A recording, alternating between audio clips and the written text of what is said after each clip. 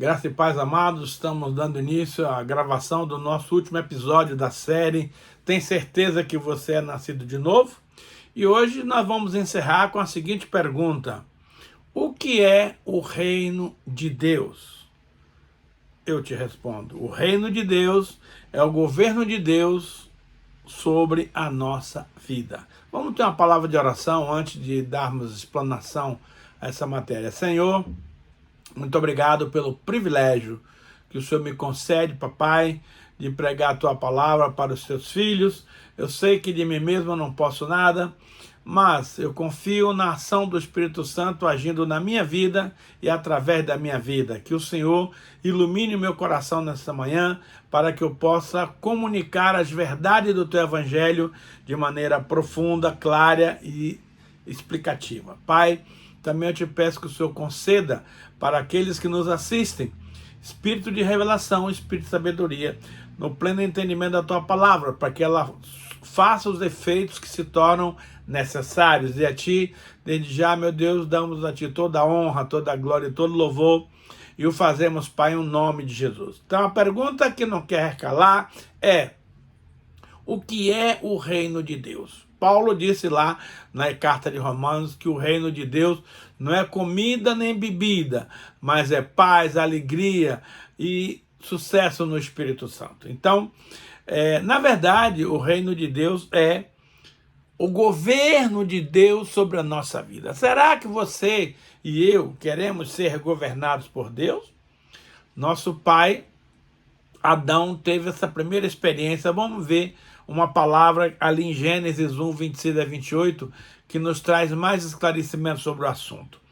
Também disse Deus. Isso aqui é o ato, o projeto de criação do ser humano. Também disse Deus, façamos. Aí, quando ele fala em façamos, ele está falando do Pai, do Filho e do Espírito Santo. O conselho, né, divino. Façamos o homem à nossa imagem, conforme a nossa semelhança. Tenha ele domínio sobre os peixes do mar, sobre as aves do céu, sobre os animais domésticos, sobre toda a terra e sobre todos os répteis que rastejam pela terra. Criou, pois, o homem à sua imagem. Criou Deus, pois, o homem à sua imagem, a imagem de Deus o criou. Homem e mulher os criou. E os abençoou. E lhes disse: sede fecundos, multiplicai-vos, enchei a terra, sujeitai-a, dominai-a sobre os peixes do mar, sobre as aves do céu, sobre todo animal que rasteja sobre a terra. Veja, já no projeto da criação do homem, Deus já incutiu uma palavra de governo, de domínio. Veja, Deus nos fez. Todas as outras coisas foram criadas pelo poder da palavra. Mas, quando se tratava de criar o homem, Deus, então, resolveu usar as suas mãos para manusear o barro da forma de um boneco e soprou nas narinas o fôlego de vida. E o homem passou a se tornar alma vivente. Veja, quando Deus diz que façamos o homem a nossa imagem, imagem é algo exatamente igual que se reflete no espírito. Então nós somos a imagem de Deus no espírito, porque Deus soprou sobre o boneco o seu fôlego de vida e o homem passou a ser alma vivente. Então, no que o homem é a imagem de Deus? No espírito. Porque Deus é espírito e nós também somos seres espirituais. Deus soprou em nós o seu espírito para que pudéssemos ter vida. Bom, e ele fala mais aqui, conforme a nossa semelhança. No que nós somos semelhantes a Deus? Semelhante não é imagem, é diferente. Semelhante é parecido. Por exemplo, na nossa alma, nós somos semelhantes a Deus, porque a gente tem os mesmos sentimentos, as mesmas reações, porém, a alma está em constante evolução, em constante mudança, porque o homem se desviou do caminho de Deus e aí se atropelou inteiro na vida. Então a alma é algo que não é igual, mas é semelhante. Porque, por isso nós precisamos estar cuidando da nossa alma, salvando a nossa alma através da palavra de Deus. A alma, amados, não se converte. Ela é trabalhada pela palavra para se tornar parecida com o nosso Criador. Porém, o nosso espírito não. Ele é perfeito, ele veio de Deus e ele está em nós para nos dar vida. O homem sem espírito não existe. Lembra-se quando Deus deu aquela ordem ao profeta Jeremias para falar o vale de ossos secos? Ele falou e os ossos se juntaram, receberam músculo, pele, tudo, mas ainda o homem não tinha o espírito.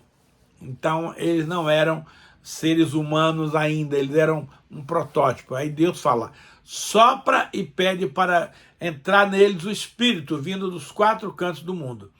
E o profeta fez como Deus ordenou. E aqueles milhares de bonecos de carne se tornaram seres viventes. Por quê?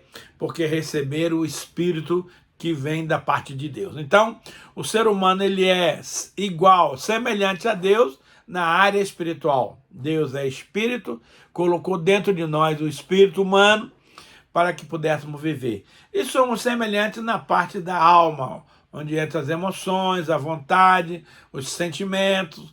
Então, nós precisamos tratar com isso de maneira muito profunda, muito séria.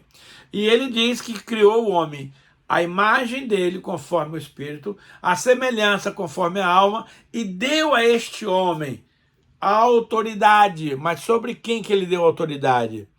Sobre peixes do mar, aves do céu, sobre animais domésticos, sobre toda a terra e sobre todos os répteis que rastejam sobre a terra. Então veja, Deus não deu ao homem governo sobre outro homem, domínio. Ele não deu domínio do homem sobre o outro homem, ele deu sobre os animais, as aves, etc. Então nós precisamos saber como lidar com isso para não exercer tirania sobre outros seres humanos. O ser humano ele vai te ouvir, ele vai avaliar, e se ele achar que aquela resposta é correta, ele vai obedecer. Senão, ele vai ficar na dele e não há o que você possa fazer para mudar. Porque a autoridade de domínio não veio do homem sobre o homem, mas do homem sobre os animais, etc.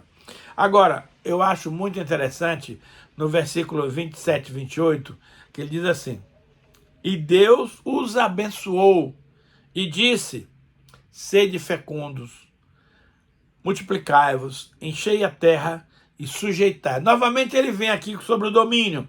Dominar sobre os peixes do mar, as aves do céu e os animais que rastejam pela terra. Então, é muito interessante, amado, que Deus já criou os seres humanos como seres vencedores. Olha só.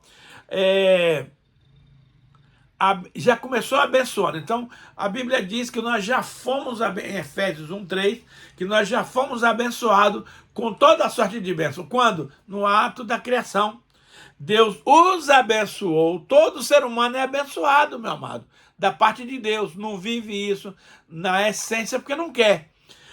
E abençoou e disse, sede fecundo, ou seja, produtivo, que você possa gerar outros seres e povoar a terra. Multiplicai-vos, tudo que o homem põe a mão, amados, seja no campo financeiro, material, espiritual, natural, há um decreto de Deus sobre você e sobre mim para nós multiplicarmos tudo que vier às nossas mãos. Enchei a terra, ou seja, povoar, porque a terra até então só tinha um casal, Adão e Eva, então ele tinha que povoar a terra. Enchei a terra. E sujeitai-a, vem mais um comando aqui de sujeição. Dominai sobre os peixes do mar, ave do céu e todo animal que rasteja sobre a terra. Então Deus não criou o homem para dominar sobre outro homem. Então isso é muito importante, porque muitas vezes o marido quer dominar a mulher, muitas vezes a mulher quer dominar o marido, muitas vezes o pastor quer dominar sobre as ovelhas. Está errado. Não é domínio, é um consenso que a gente vai conviver harmonicamente no nosso relacionamento de seres humanos. Também no capítulo 2 de Gênesis, versículo 15 a 17, há uma ordem expressa de governo. Olha só o que diz aqui. Tomou, pois, o Senhor Deus ao homem e o colocou no jardim do Éden, para o cultivar e guardar. O Senhor Deus lhe deu esta ordem: de toda árvore do jardim comerás livremente, mas da árvore do conhecimento do bem e do mal não comerás, porque no dia que dela comeres, certamente morrerá. Amados, quando Deus criou o homem, o mundo estava um caos, não tinha nada. E Deus é tão maravilhoso que quando ele criou o homem, ele plantou um jardim no Éden. E ali ele colocou árvores frutíferas, árvores belas, árvores maravilhosas para deleite do ser humano. E disse para o casal que colocou lá, Adão e Eva: olha, vocês podem usufruir de tudo que está nesse jardim. Comam, bebam, façam o que vocês quiserem, menos a árvore do conhecimento do bem e do mal. Essa vocês não podem comer, porque no dia que dela comer, certamente morrerás. Amados, e foi exatamente aí que o nosso pai Adão tropeçou. Aliás, começou com a Eva. A tentação começou em Eva e chegou a Adão. Então, eles podiam, imagina, irmão, Deus criou o homem, colocou no jardim e deu só um mandamento. Hoje você tem 11 mandamentos, você acha muito. E realmente é impossível você obedecer esses 11 mandamentos se não for a graça de Deus. Mas, no caso do Éden, Adão e Eva eram livres. Eles podiam comer de qualquer fruta que eles quisessem. O jardim era todo deles. Então tinha todo o conforto, não tinha seca, não tinha praga, não tinha ervas daninhas. Era tudo maravilhoso. Mas ele colocou o homem no jardim do Éden, está aqui escrito, para cultivar o jardim e para o guardar. O nosso pai Adão esqueceu de guardar o jardim. Se era para guardar, é porque tinha alguma coisa que poderia chegar e complicar a vida do Adão, e como complicou. Então você conhece a história, a serpente chegou para Eva e fez lá o seu blá blá blá, e a Eva caiu, e em seguida ela levou o marido a cair também. O marido caiu porque quis, ele não foi obrigado. Como ninguém te obriga a pecar, você peca porque quer, porque não tem juízo. Que quem tem juízo vive em santidade, conforme o nosso Deus quer que vivamos. Mas a nossa mamãe Eva tropeçou, desobedecendo a ordem que Deus deu: não comerás da árvore do conhecimento do mal. Comeu e morreu. Tanto é que no dia seguinte Deus voltou lá para visitá-los, como ele fazia todas as tardes. E cadê o Adão e cadê a Eva? Sumiram. E ele perguntou: Adão, onde é que estás? Ele não respondeu. E aí vem a segunda pergunta: você comeu da árvore que eu te ordenei que não comesse? Ele falou: olha, Senhor, quando eu vi você chegar no jardim, eu me escondi sobre as árvores para que você não me visse.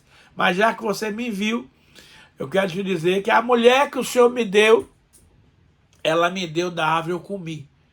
E por causa disso a gente está nesse estado de nudez, porque eles tiveram que pegar folha de figueira e fazer um saiote para encobrir a sua genitália. Então Deus ficou muito triste, sacrificou o animal para da pele do animal fazer roupa para o homem, para a mulher. Pela primeira vez na história, Deus sacrifica um animal para cobrir o pecado, a vergonha do casal que ele colocou ali. Então, veja que Adão transigiu, Adão falhou na missão de cultivar a terra e de guardar a terra, vindo a comer da árvore proibida, e aí veio todo o desenrolar da história que você já conhece. Mas veja bem, também em Isaías 9:6, o profeta fala de Jesus, o governo estava sobre seus ombros. Então, Isaías 9:6 diz: porque um menino nos nasceu, um filho se nos deu, o governo está sobre os seus ombros, e o seu nome será Maravilhoso Conselheiro, Deus forte, Pai da eternidade, Príncipe da paz. Então nós vemos aqui sobre a pessoa do nosso amado Senhor e Salvador Jesus Cristo, a missão de governar a terra como o Senhor e Salvador das nossas vidas. Então, porque o menino se nasceu, está falando do nascimento de Jesus, Filho de Deus. Um filho se nos deu. O governo está sobre os seus ombros. Meu querido internauta que está nos assistindo agora, o governo está sobre os seus ombros. O que é que você está fazendo com isso? Você está governando alguma coisa ou você está sendo levado pelas circunstâncias, pelas palavras falhas, pelas coisas dos homens? É bom pensar sobre isso. O que é o governo de Deus? O que é o reino de Deus? O reino de Deus é o governo de Deus sobre a nossa vida. Você vai ver mais adiante esse texto nos falando na oração do Pai Nosso. Então aqui fala da vinda, isso o profeta Isaías escreveu 730 anos antes do nascimento do Messias. Já previu, já profetizou que viria o Messias, cujo governo estaria nos seus ombros, e o seu nome será Maravilhoso Conselheiro, Deus Forte, Pai da Eternidade, Príncipe da Paz. Agora, olhe bem o que está escrito aqui em Mateus 4, 8 a 11, famosa passagem da tentação de Jesus lá em Jericó. Levou ainda o diabo a um monte muito alto, mostrou-lhe todos os reinos do mundo e a glória deles, e lhe disse: tudo isto te darei, se prostrado me adorares. Então Jesus lhe ordenou: retira-te, Satanás, porque está escrito: ao Senhor teu Deus adorarás, e só a ele darás culto. Com isso, o deixou o diabo, e eis que vieram os anjos e o serviram. Então, a pergunta é, será que essa coisa que o diabo falou para Jesus é verdade ou mentira? Ele quer dar os governos para Jesus. Será que Satanás está com essa bola toda? Nesse caso aqui está. Porque quando Adão obedeceu à voz do diabo para comer da árvore proibida, ele passou a autoridade que estava sobre ele para as mãos do diabo. Porque a Bíblia diz que nós somos servos de quem nós obedecemos. Então, se você hoje vive obedecendo a Deus, você é um servo de Deus. Parabéns! Mas se você é um homem ou mulher que vive obedecendo as coisas do diabo, você não é filho de Deus coisa nenhuma. Porque a palavra em Romano diz que nós somos servos daquele a quem nós obedecemos. Adão deixou de ser servo de Deus e passou a ser servo do maligno, quando ele deu ouvidos à voz da serpente para comer da árvore proibida que Deus lhe disse tacitamente: não comerás. E Adão achou que podia comer e ficar impune, e a sentença era a morte, morte espiritual. E, infelizmente, isto aconteceu. Então, meus amados, o diabo, no monte da tentação, ele tentou Jesus ali em 3 áreas. Nós estamos vendo aqui uma dessas áreas. Ele elevou Jesus lá em cima, mostrou os reinos desse mundo e a glória deles, e disse: olha, Jesus, tudo isso aqui eu te darei, se prostrado me adorar. Te darei porque isso me foi dado, e eu dou a quem eu quiser. É verdade, isso é uma verdade bíblica, embora você não goste, eu também não gosto, mas é uma verdade.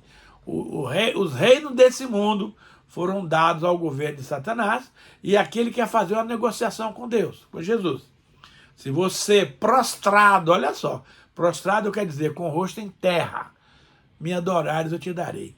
Ora, essas coisas estavam na mão do diabo por algum tempo, mas na verdade tudo isso é do nosso Deus. Foi Deus que criou os céus e a terra, é tudo dele. Porém, Deus deu essa autoridade sobre o planeta na pessoa do nosso pai Adão. Mas Adão transigiu, pecou e saiu do governo de Deus e entrou no governo do diabo. E aí o diabo, desde esse tempo, está aí deitando e enrolando sobre o mundo, provocando guerras e todo tipo de situação, porque ele tem autonomia. O diabo só atua na terra, escute isso, irmão, se o homem lhe der autoridade. Jesus, quando veio ao mundo na forma de homem, ele veio para ter legitimidade de agir nesse planeta como o Filho de Deus. Por quê? A terra Deus deu ao homem. Então Jesus veio na forma de homem para ter direitos legais de agir nessa terra, de fazer a obra da redenção, de fazer tudo que está escrito. Porém, o Satanás não nasceu de um homem. O Satanás é um ser, é um anjo caído, é um ser espiritual. Ele não pode atuar na terra por conta própria. É ilegal. E o reino de Deus, o reino espiritual, meus amados, é um reino de legalidade. Só pode agir nesse reino quem tem autoridade, quem tem a cobertura, e Deus não volta atrás na sua palavra. Então Satanás, ele precisa da concordância de um homem ou de uma mulher para agir aqui. Então o que é que acontece? Você vai fazer uma consulta no reino das trevas, promessa para ganhar alguma coisa, tudo mais, mas o diabo necessita de um corpo humano para assumir e para fazer as suas diabruras. O diabo não pode agir aqui individualmente se o homem não lhe der permissão. Então esse mundo está um caos, porque a cada dia mais os homens dão legalidade para o inimigo agir na terra. Mas vai chegar uma hora que a igreja do Senhor vai tomar posição, vai tomar autoridade e vai realmente botar esse capeta para correr, porque ele está aí deitando e rolando, porque os seres humanos lhe dão autoridade, lhe dão legalidade para agir. Então não adianta você ir contra a maré, porque enquanto eu e você somos contra as obras das trevas, temos milhares e milhares de pessoas que são a favor das obras das trevas. Então o diabo continua agindo no planeta Terra porque o homem lhe dá legalidade. Mas Jesus foi muito claro: retira-te, Satanás. Jesus sabia que essa proposta dele era verdadeira, mas Jesus não cede. O grande problema meu e seu, amado, é ceder às tentações do maligno. Jesus não cede. Ele disse: retira-te, Satanás, porque está escrito: o que você quer eu não posso fazer com você, porque eu só posso adorar a Deus. E hoje, meus amados, infelizmente Satanás tem milhares e milhares de adoradores, através da música, através de muitas coisas. Mas ele diz: ao Senhor adorarás, e só a ele darás culto. Ah, meus irmãos, como tem gente boa dando culto a Satanás sem saber. Toda vez que no carnaval você senta na sua sala para assistir aqueles lindos desfiles de escola de samba, você está dando culto a Satanás. Lamento te dizer isso. Eu, a todo custo, tenho evitado, né, de ver aquelas cenas que são muito lindas, plásticas, coloridas, ricas, maravilhosas, mas tudo aquilo ali é obra do diabo. Quando você para na sua casa, eu não estou nem dizendo que você vai pular carnaval, mas você fica em casa assistindo na TV, aquilo lá, você está dando culto a Satanás, e isso é proibido. Nós só podemos adorar, primeiro, a Deus. Tem gente que diz: eu adoro bolo de chocolate. Mentiroso. Você tá blasfemando contra Deus.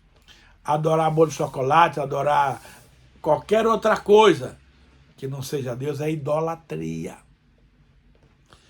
O Senhor Jesus falou: ao Senhor teu Deus adorarás, e só a Ele darás culto. Amado, essa passagem é muito enigmática, mas ela é muito clara, ela é muito tremenda, e a gente não pode deixar de entender isso. Em 1 João, assim, aí diz que o diabo, depois dessa conversa, largou a mão de Jesus até tempo oportuno. Ele não desligou completamente. Os anjos vieram servir a Jesus, mas ele disse: olha, o Satanás se apartou dele até tempos oportunos.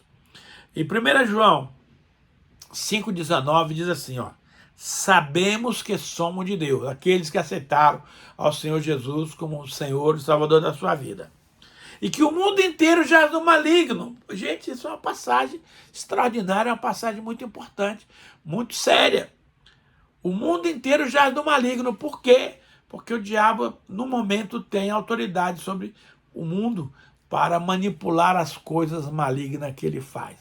Isso só a igreja poderá reverter esse processo. Mas graças a Deus a igreja está se despertando. Veja bem, na oração do Pai Nosso tem uma palavra que diz assim: portanto, vós orareis assim: Pai nosso que estás nos céus, santificado seja o teu nome. Venha o teu reino, faça-se a tua vontade, assim na terra como no céu. Veja, todas as vezes que você está recitando a oração do Pai Nosso, você está pedindo que Deus mande o reino dele, o governo dele sobre a sua vida. Infelizmente, muita gente faz essa oração sem o menor sentido, sem o menor entendimento, e essa palavra não se cumpre, porque Deus, ele só quer saber das coisas racionais. Não adianta você ser um papagaio de repetição e falar algo que você nem sabe o que está falando.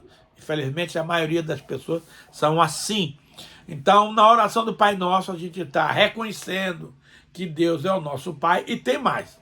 Tem muita gente boa no planeta fazendo essa oração inadvertidamente, inadequadamente, porque você só pode chamar de pai quem é seu pai.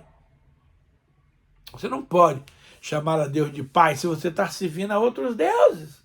Isso é completamente fora de foco, totalmente fora de situação. Pai nosso que estás no céu, santificado seja o teu nome. Mas, gente, o nome de Deus já não é santo? É. Mas todas as vezes que eu e você fazemos uma bobagem, nós estamos enxovalhando o nome de Deus. E todas as vezes que eu e você estamos fazendo as coisas corretas, nós estamos santificando o nome do Senhor. Venha o teu reino. Que reino é esse?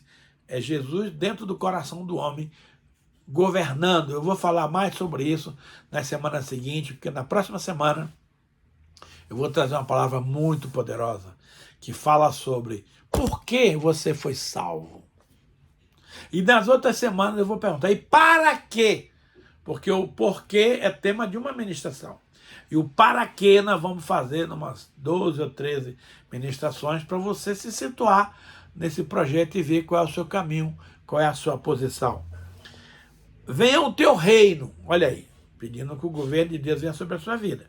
Faça-se a sua vontade, assim na terra como no céu. Amado, no céu, ninguém ousa contrariar a Deus. Lá é tudo sim, Deus, sim, Pai, sim, Senhor. Aqui na terra, infelizmente, não é assim.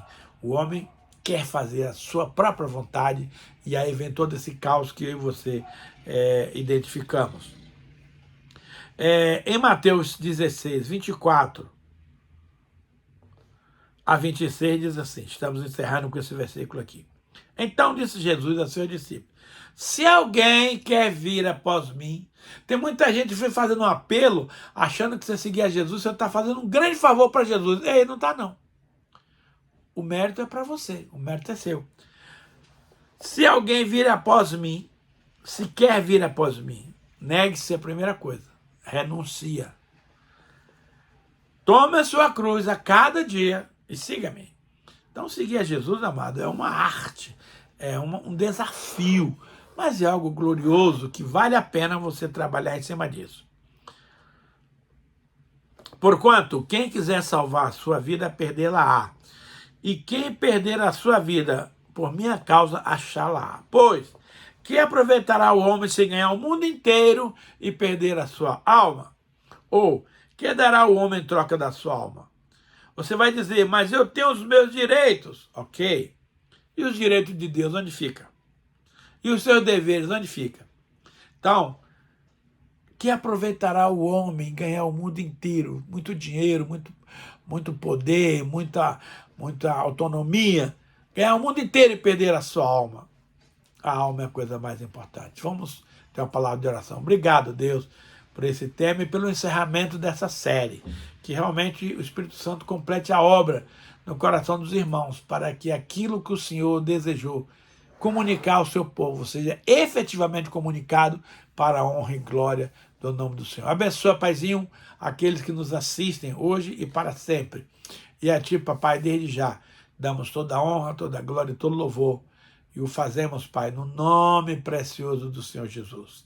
Amém, amém e amém. Amado, próxima semana temos uma nova série. Esteja atento porque você vai ser impactado por ela, em nome de Jesus. Amém.